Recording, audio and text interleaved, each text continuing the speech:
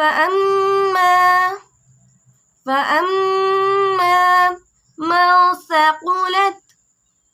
من ثقلت موازينه فأما من ثقلت موازينه فهو في عيشة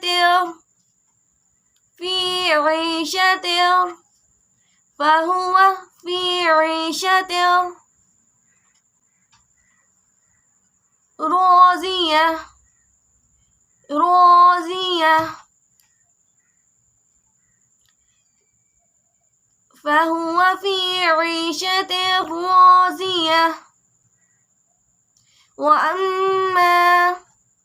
وأما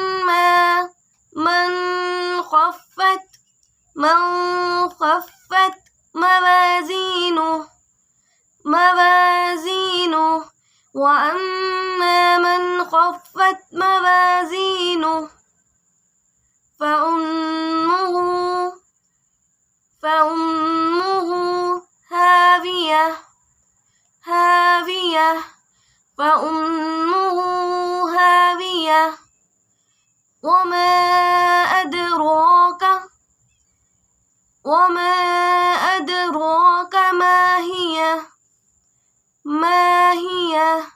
وما أدراك ما هي نار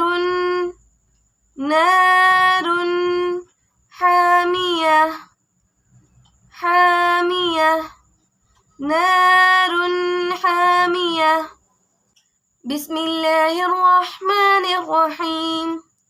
فأما من ثقلت موازينه فهو في عيشة